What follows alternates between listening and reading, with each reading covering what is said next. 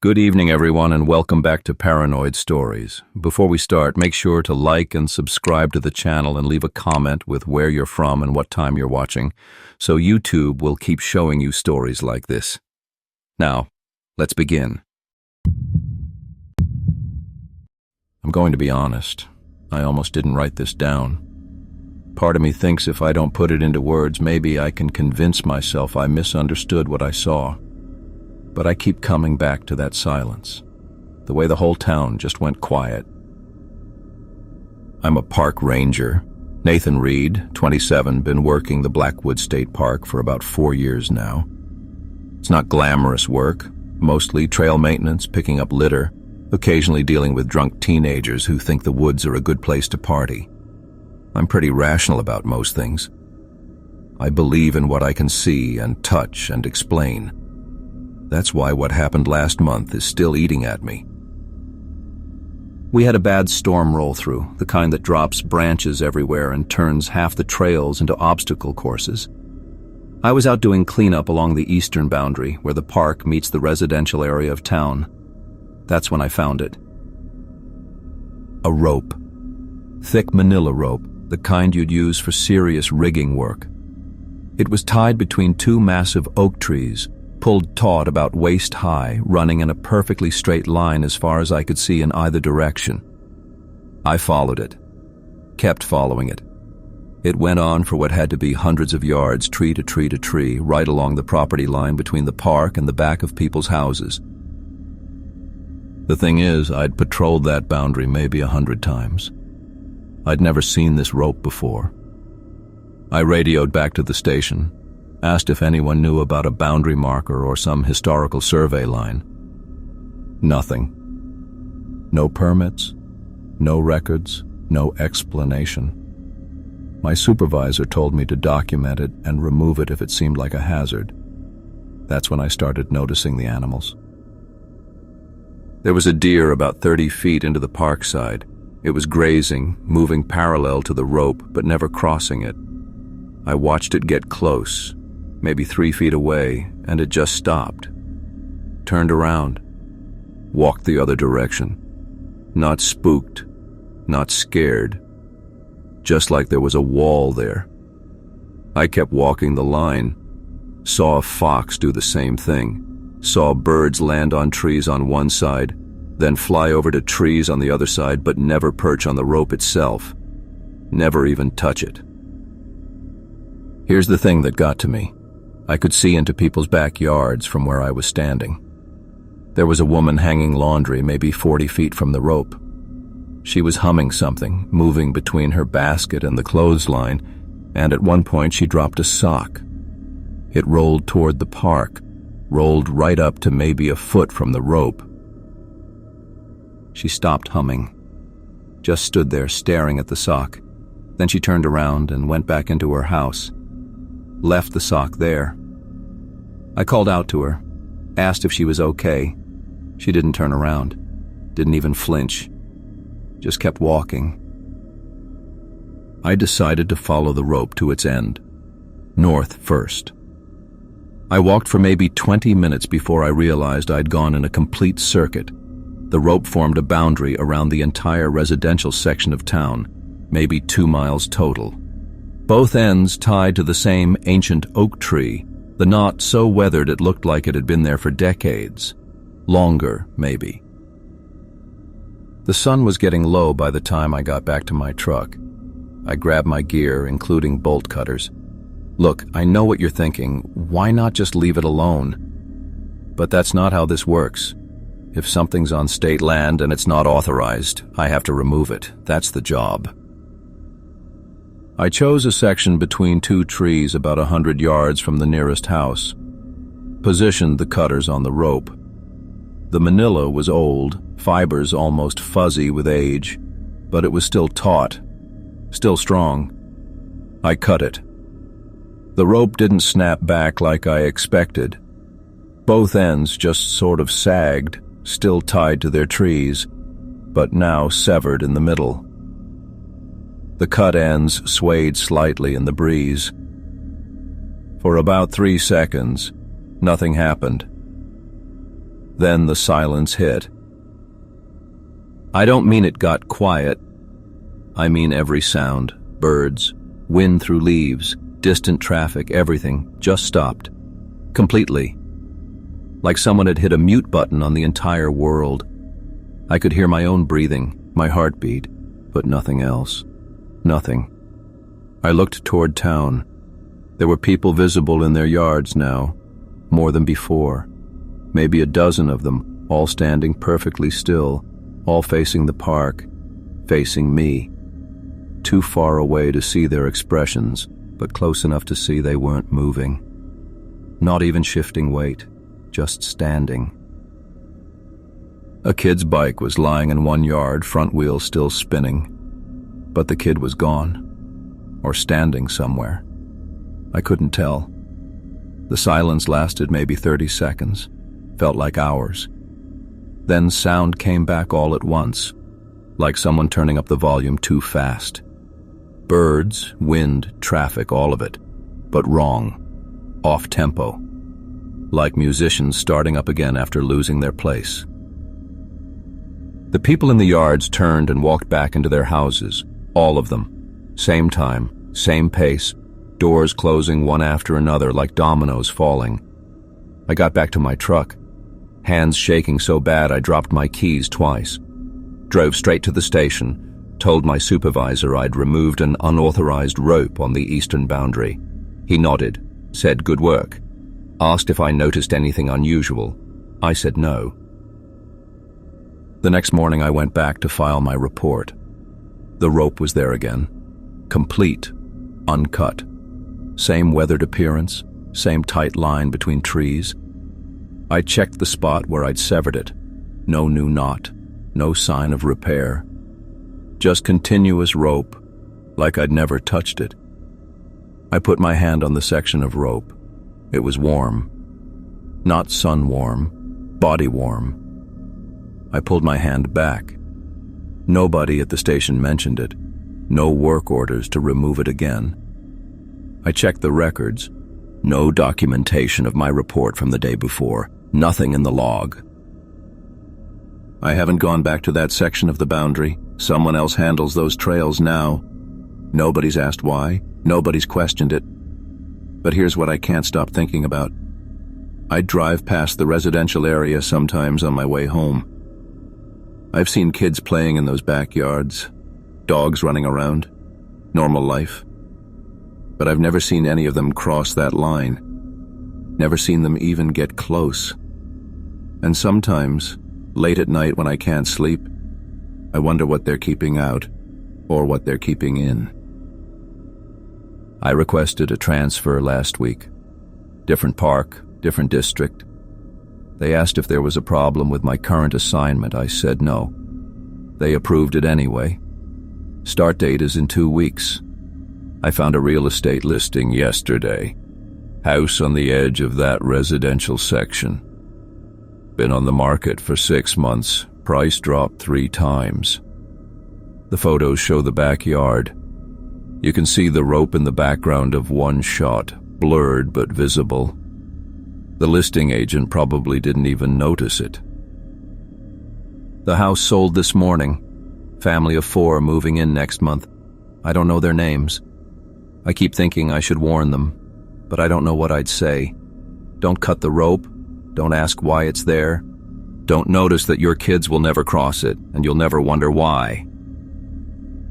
My transfer paperwork came through early. I leave Friday, 3 days from now.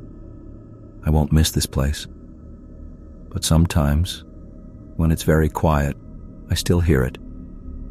That complete absence of sound, just before everything came back wrong. And I wonder if somewhere in that town they heard it too. I wonder if they hear it every time. My name's Mark Hayes. I'm 41. I sell industrial cleaning supplies to factories and warehouses up and down the coast. And until 3 weeks ago, I would have told you the weirdest thing about small towns was how early everything closes. I'm a pretty rational person for context. I deal in bulk orders and shipping manifests. My job is boring on purpose. The car trouble happened outside a town called Clement. Population maybe 800, one stoplight, the kind of place that doesn't show up on GPS unless you zoom in real close. The engine just died. No warning, no grinding, just dead. It was almost 7 at night, already dark, and the only mechanic wouldn't be able to look at it until morning. The woman at the gas station directed me to the Whispering Pines Motel, which she said was the only place to stay unless I wanted to sleep in my car. The motel was exactly what you'd expect. Single story, 12 rooms in an L shape, parking spaces right outside each door. The office had that particular smell motels have, like old carpet and industrial air freshener that's been losing the fight for decades. The kid at the desk couldn't have been more than 19, skinny, with the kind of acne that never really goes away.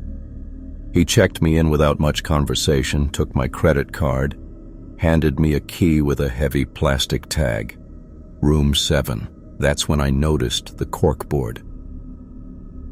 It was right there on the wall behind him, maybe 3 feet by 4 feet, absolutely covered in index cards and pieces of paper, all pinned up in a dense collage. At first, I thought it was the usual small-town stuff. Babysitting offers, yard work, someone selling a couch. But while the kid was running my card, I started actually reading them. The first one that struck me odd was near the top left. Offered, wedding ring, white gold, size 7. Seeking, 1 mason jar of soil from the Hickory Street property. Must be from the northwest corner. It was handwritten in blue ink, very neat, almost formal. Below that, offered, birth certificate, original, dated 1987, seeking set of 3 rusted keys on a red string, no copies. I must have been staring because the kid said, "Trade board. We don't really do Craigslist out here. People post what they need, what they got." "Right," I said, but I kept reading while he bagged my key. The more I read, the less sense it made. Offered, childhood photograph, black and white, girl on a swing. Seeking, pair of work boots, size 11, must have been worn for at least 5 years. Offered, divorce papers, signed and notarized. Seeking, 1 handwritten letter unopened, postmarked between 1990 and 1995. There had to be 40 or 50 cards up there. None of them were offering money. None of them were seeking anything that made sense in terms of value.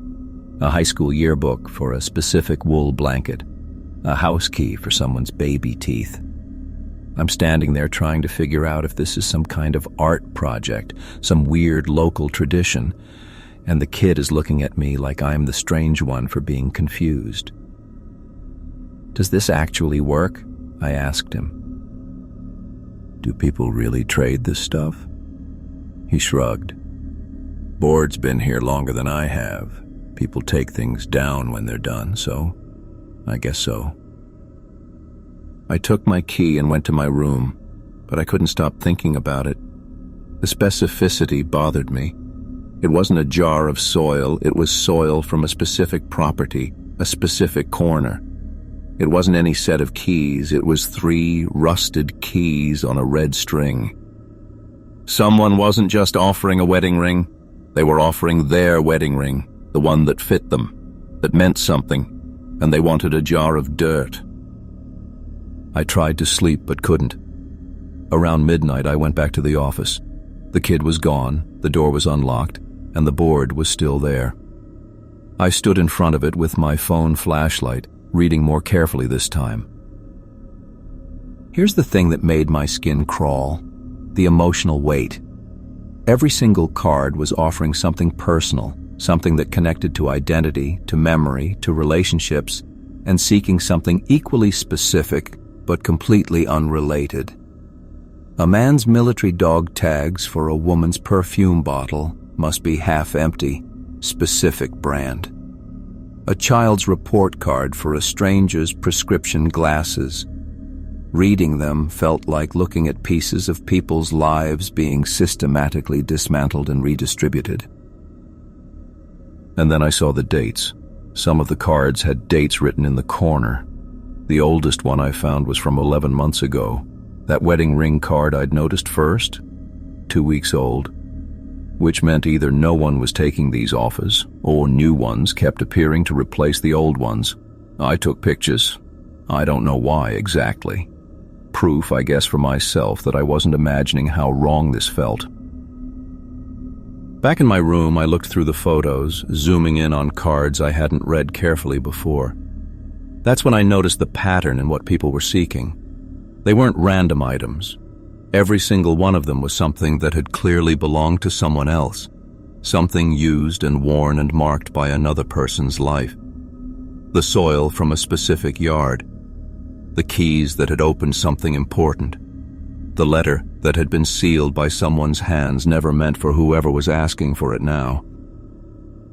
It felt like, and I know how this sounds, like people were trying to shed one connection to pick up another.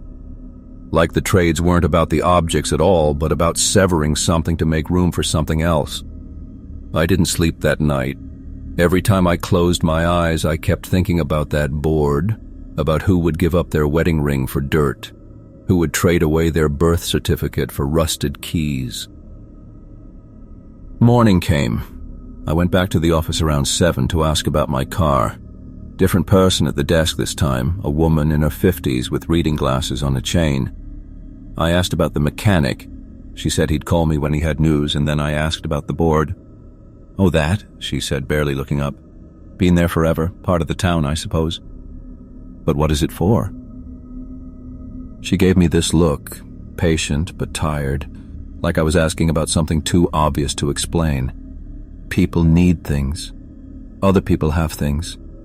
It works out. But the trades don't make sense. They make sense to the people doing them. I went back to my room. Mechanic called around 10, said it'd be afternoon before the part came in. I had nothing to do but sit in that room and think about the board. I kept pulling up the photos on my phone, reading them over and over, trying to find some logic I was missing. Around noon, I walked back to the office. I told myself I was just checking on my car status, but I went straight to the board. There was a new card, top right corner, white index card with black ink, posted sometime in the last few hours. Offered, Timex watch, silver tone, scratched face, stop function broken. Seeking, one-way bus ticket departing Clement, any destination. My watch, the exact watch on my wrist, the one I'd worn for 6 years, the one with the broken stopwatch button I'd never bothered to fix, the scratch across the crystal from when I'd scraped it against a loading dock. My hands wouldn't work right trying to pull out my phone. I took a picture of the card, then another, then looked around the empty office like someone was going to jump out and tell me this was a prank. But there was no one. The woman at the desk was gone. The office was completely silent. I ran back to my room and locked the door. I checked the watch on my wrist like somehow it would be gone, but it was still there, ticking away. I hadn't told anyone in this town anything about myself beyond my name. I'd paid with a credit card, sure, but the watch, that was just on my wrist, unremarkable. Not even a nice watch, just the one I wore because I'd worn it so long I forgot it was there. The mechanic called around 3. Car was ready. I paid, got in, and drove straight out of Clement without stopping. I've got the photos on my phone still. I've looked at them maybe 100 times, trying to convince myself I misread, that it wasn't my exact watch described on that card. But I know what I saw. And here's what I can't stop thinking about. Someone in that town looked at me, looked at my watch, and decided it was what needed to be traded away for me to leave. Not sold, not stolen, traded, severed from me in exchange for my exit. The watch is still on my wrist. I haven't taken it off. I don't know what happens if I do, but I keep thinking about that bus ticket, one way, any destination, and wondering who posted that card. Wondering if I was supposed to make that trade myself. I'm a high school teacher. Eric Johnson, 28, boring life, the whole deal. This past summer, I was stuck in my hometown for 2 months waiting for my new apartment lease to start across the state. My parents were traveling, so I house sat for them in the same neighborhood I grew up in. Nothing ever happens here. That's what I thought anyway. I've always been a night owl, and with no job to wake up for, I'd gotten into this routine of staying up until 2 or 3 in the morning, watching shows, grading old assignments I'd been putting off. Their house is on a quiet street, the kind where you notice if someone's porch light burns out because it changes the whole block's character. It was mid-July when I first noticed the cars. I'd gone to the kitchen for water, maybe 1 in the morning, and I glanced out the front window like you do. That's when I saw them. A line of identical dark sedans, maybe a dozen, rolling through the intersection at the end of the block. No headlights, completely silent. They moved in this perfect, synchronized way, each one maintaining the exact same distance from the one in front. I stood there with my glass halfway to my mouth, watching them disappear around the corner. The streetlights caught their paint job just enough for me to see they were the same make, same model, same color. Not a convoy you'd see for a funeral or a car dealership delivery. Just identical. The rational part of my brain kicked in. Probably some dealer thing. Maybe a private security company switching shifts. I went back to the couch and forgot about it.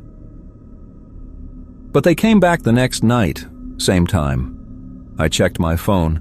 It was 1:07 in the morning. Same cars, same route.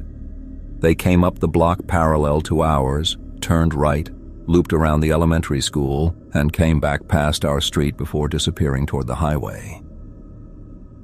I started paying attention after that. I know what you're thinking. Why didn't I just ignore it? Here's the thing. It was summer, I was bored, and it was weird enough to be interesting. I'm a rational person for context. I don't believe in conspiracy theories or paranormal garbage, but this felt like a puzzle, something explainable if I just watched long enough. By the 5th night, I'd timed the whole thing. They appeared at 1:03 in the morning, give or take a minute. The loop took them exactly 11 minutes. 12 vehicles, always the same order, always maintaining formation. I tried to see license plates, but they were too far away, and without headlights, the details just vanished into shadow. I started keeping notes. Not like I was obsessed, just curious. I'd jot down the time, count the cars, see if anything changed. It never did. 12 cars, same loop, dead silent. I couldn't hear their engines even when they were only a block away, and on summer nights with the windows open, you can hear everything. Cicadas, distant highway traffic, the neighbor's air conditioner. But not these cars. They moved like they were gliding. After 2 weeks, I tried to follow them one night. I grabbed my keys, waited for them to pass, and pulled out to catch up. They turned the corner toward the school, and I accelerated to close the gap. The street was empty. Completely empty. I'd been maybe 20 seconds behind them, and they'd just vanished. No side streets they could have taken, no driveways. The elementary school parking lot was gated and locked. I sat there in the middle of the road with my high beams on, staring at nothing. I didn't sleep well after that. The next night, I positioned myself better, sat in my car at the intersection with a clear view of their whole route. When they came through at 1:05, I counted them like always, 12 identical sedans in perfect formation. I watched them complete the loop and head toward the highway exit. I followed at a distance. They took the exit, merged onto the empty highway, and I stayed about a quarter-mile back. The highway stretches for 30 miles before the next town, nothing but darkness and farmland on either side. 5 miles out, their taillights started flickering. Not like a turn signal, more like they were phasing in and out. I slowed down, suddenly very aware of how isolated I was. Then they just blinked out. All 12 vehicles disappeared simultaneously, like someone had flipped a switch. I pulled over onto the shoulder and sat there shaking. The highway was empty in both directions. No exits they could have taken, no service roads, just gone. I drove back home doing 90, locked every door, closed every curtain, told myself I was done. No more watching, no more following. Whatever this was, it wasn't my problem, but I couldn't stop myself from looking.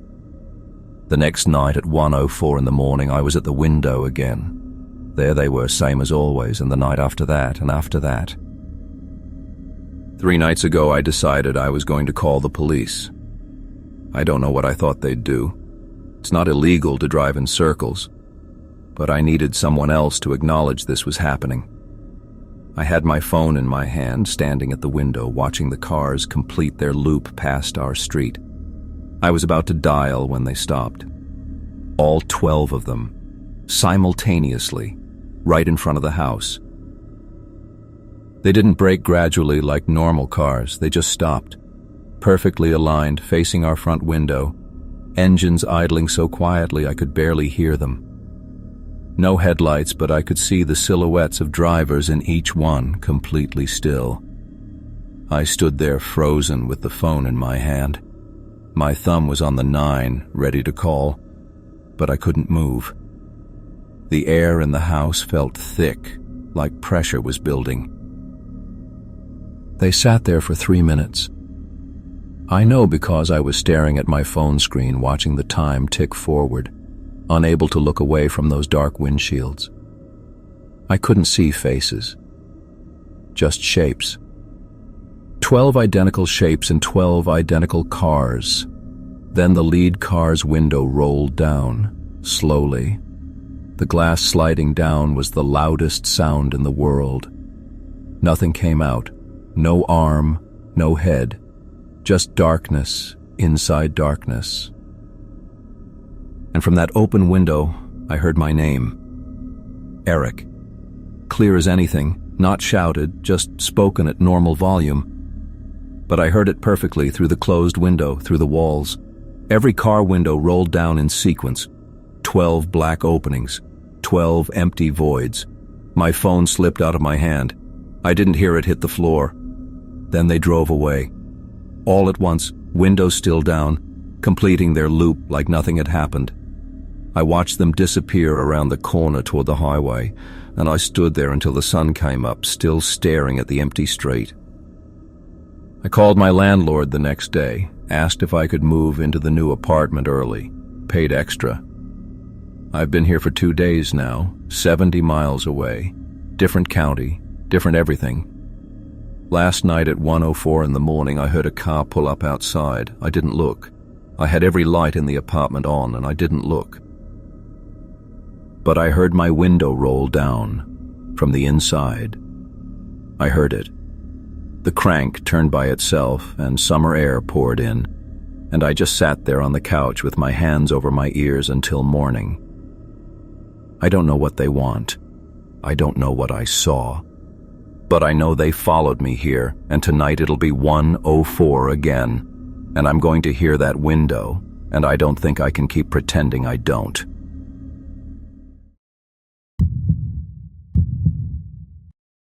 I need to tell someone about this, and I figure putting it out there might help me understand what the hell happened, or maybe it won't. I don't know anymore. I'm Harvey Jenkins, retired high school history teacher, 62 years old, and before 3 weeks ago I would have told you I was the most boring man in Millbrook. My wife died 4 years back, and since then my routine's been pretty much set in stone. Tuesdays and Fridays I go to the library. Always have. It's a small branch, just 1 floor, but it's got everything I need. I'd grab a couple books, chat with Linda at the desk, maybe stay an hour or 2 in the reading area. Normal stuff. The local history section sits in the back corner, past the periodicals. 6 shelves, not much, but I'd been through most of it over the years. Town records, old family genealogies, that sort of thing. I'm not obsessed with local history or anything, but when you teach for 37 years in the same place, you get curious about where you've spent your life. 3 weeks ago, I noticed a new edition. Bright blue spine, looked recently published.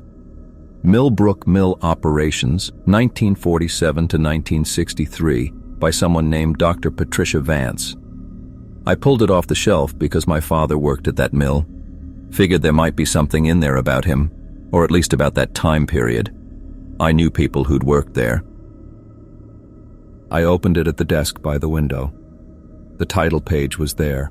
Publisher information, copyright 2024, all normal. Then I turned the page, and it was blank, completely white. I flipped through the whole thing. Every single page was blank. Not like someone had erased text or the ink had faded, just pure white paper, unmarked, like it had never been printed on. I brought it to Linda. She's been the head librarian there for 15 years, probably in her mid-50s, always cheerful. I showed her the book and said, "I think something's wrong with this one. The inside's blank." She looked at the cover, then opened it, flipped through a few pages. Then she closed it and handed it back to me with this odd little smile. "Looks fine to me, Harvey."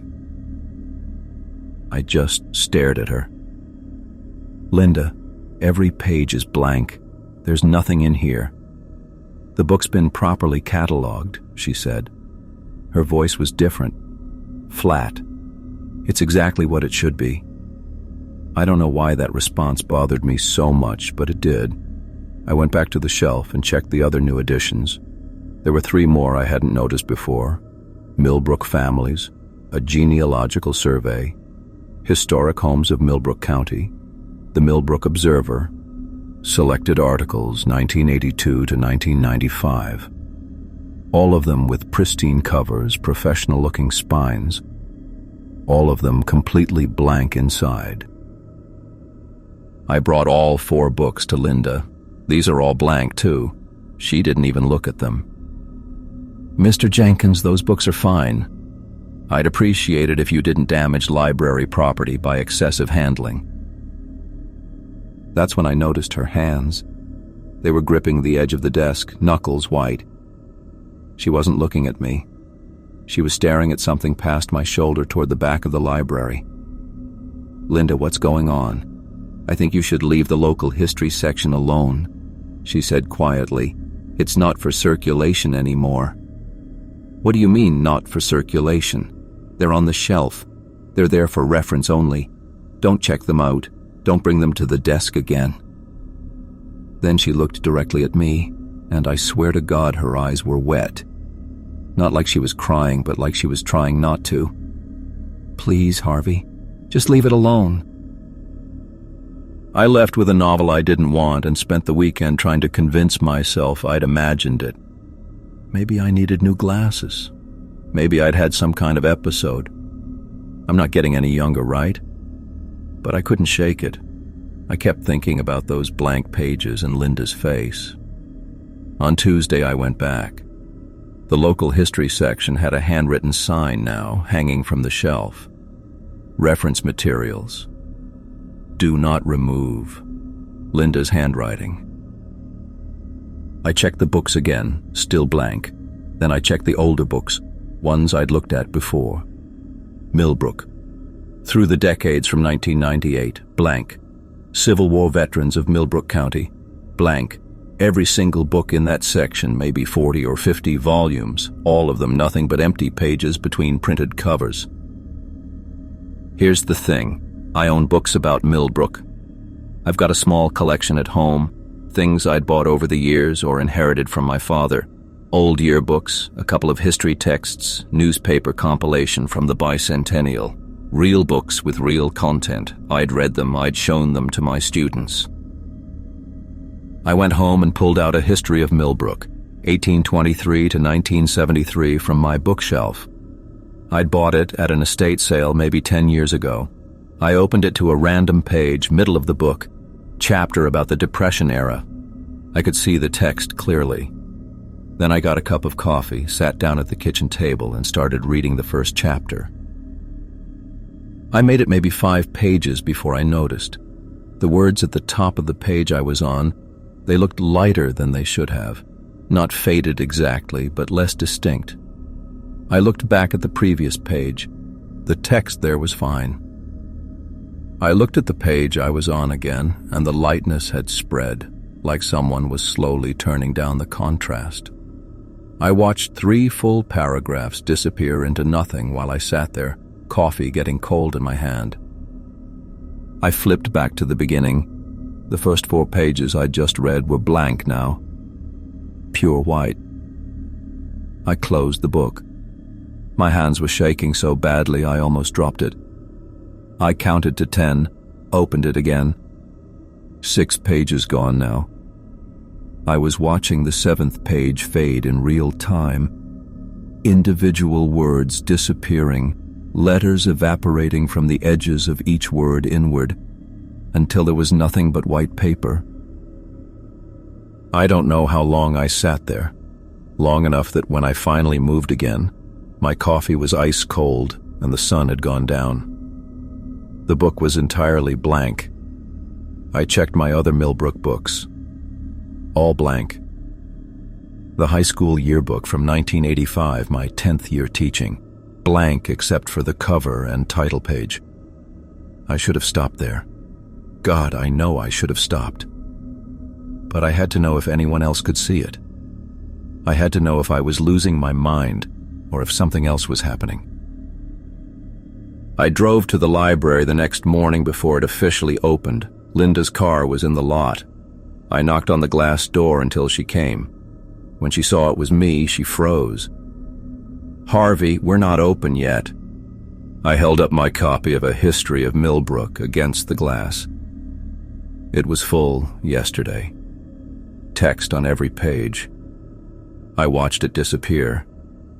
She looked at the book, then at me. Then she unlocked the door and pulled me inside quickly, locking it again behind us. The lights were only half on. The whole place felt wrong, too quiet even for a library. "You need to forget about this," she whispered. "You need to stop looking at those books, stop talking about this, and forget you ever noticed anything. Linda, what's happening? Why is the town's history being erased?" "I don't know." Her voice cracked. "I don't know, Harvey, and I don't want to know. 3 months ago, I noticed it starting. Just 1 book at first, then more. I tried to tell the town council, and they looked at me like I was speaking another language. Literally couldn't understand what I was saying. Then I stopped being able to check out those books in the system. The computer just rejects them. It's spreading, Harvey. It started with the newest books, and it's working backward. How long before it reaches the old records? How long before it starts on things that aren't books? I think that's when I really understood how bad this was. Not because of what she said, but because of how she said it. Linda wasn't scared of something. She was scared of knowing something. "What about people's memories?" I asked. She didn't answer. She just looked at me with this expression I can't describe, like she was trying to warn me and apologize at the same time, and my stomach dropped. I asked her when the last time she remembered the mill closing was. She opened her mouth, closed it, tried again. I can't quite." "March 1979, I said. "There was a whole ceremony. I was there." "If you say so," she said, and I could hear that she meant it. She genuinely couldn't remember anymore. I left. Drove home. I've been sitting in my house for 3 days now trying to figure out what to do. I keep checking books. Not just about Millbrook, any book. They're all fine so far. But I realized yesterday that I can't remember the name of the street the mill was on. I grew up 2 blocks from there. My father walked that route every morning for 20 years. This morning I tried to write down everything I could remember about Millbrook's history. I got maybe 2 pages before I noticed I was having trouble remembering things I knew I used to know. Names of places, dates of events. They're there, but they're getting harder to grab onto, like trying to remember a dream after you wake up. I don't know if anyone else in town is noticing this. I don't know if I'm the only one who can see it happening. or if I'm just the only one who hasn't forgotten that there's supposed to be something there to remember. I tried calling my daughter in Pittsburgh yesterday to tell her about it, but when I started explaining, the words felt wrong in my mouth, like my brain couldn't quite process what I was trying to say. The library opens in 20 minutes. I don't think I should go back, but I also don't think staying away is going to stop this. Whatever's erasing the town's past, it's already in my house. It's already in my head. I just checked my father's discharge papers from the Army, the ones I keep in my desk drawer. The paper's still there, the official seal's still there. But where his name should be, where his service dates should be, it's starting to fade.